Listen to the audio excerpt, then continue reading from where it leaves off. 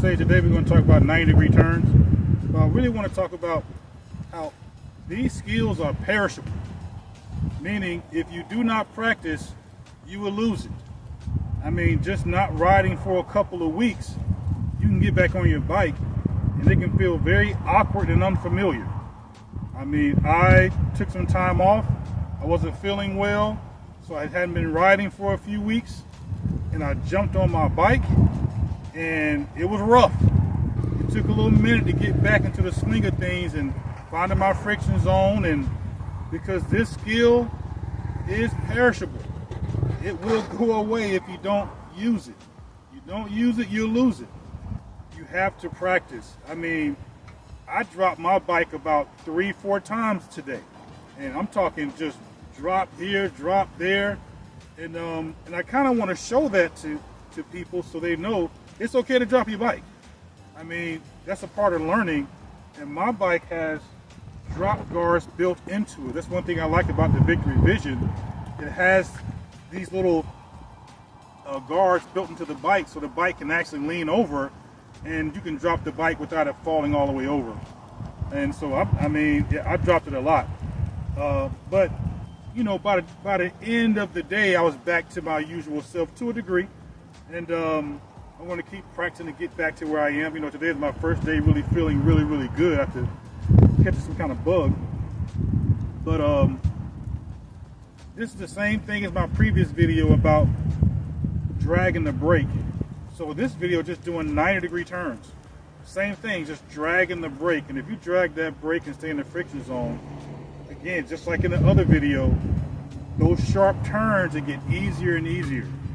I'm sure when you're riding around, if you're in a roundabout or you're pulling into somewhere where you got to do a sharp 90-degree turn, there's another car there's not a lot of room to maneuver. It can be a little nerve-wracking depending on if there's someone there, someone walking, is a car coming. So this will really help you get comfortable doing that. Again, slow riding, staying in the friction zone, dragging that brake, and turning your handlebars. That's the thing. You have to turn your handlebars. One thing that motorcyclists hate doing is turning their handlebars. Everyone wants to lean. Here's the thing. 12 to 15 miles an hour and under, you have to turn. To go in that direction, you have to turn. Anything above 15 miles an hour, then you just counter steering, basically pressing where you want to go. You want to go left, you press left. You want to go right, you press right. That's it. That's when you have speed 15 miles an hour and over. Anything under that, you got to turn those handlebars. And it feels a little nerve-wracking because you think the bike is going to be unstable. Well, you drag that brake. Again, you could do it without the brake, but your clutch control better be 100%. You better be really good, because then you're just kind of feathering the clutch and releasing and grabbing and releasing to try to keep that speed and keep that power. But with this, preload, 1500 to 2000, open that clutch a little bit, not all the way open, not all the way closed, wherever your bite point is, just beyond that bite point. And now when you make those sharp turns, you kind of, before you get to your turn, you start dragging that brake where you feel stable, and then you have to look and turn those bars. You have to turn. Here's the thing, if you're dragging that brake when you go to turn, it won't feel very unstable. It'll feel pretty stable.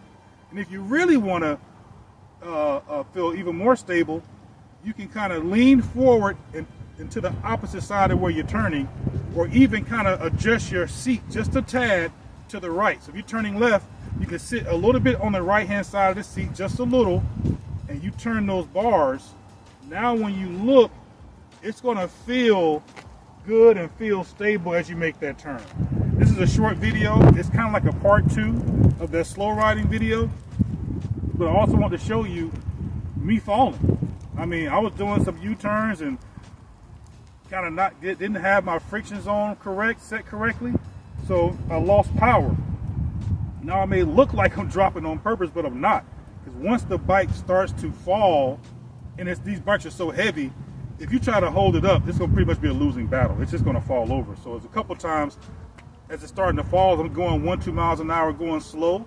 The bike starts to fall, I just let it go. I just let it fall. But anyway, here we go. Again, drag the brake, going about 5 and under, turn the handlebars, look, and just go, and by dragging that brake, it's going to help you keep the bike up. Let's go.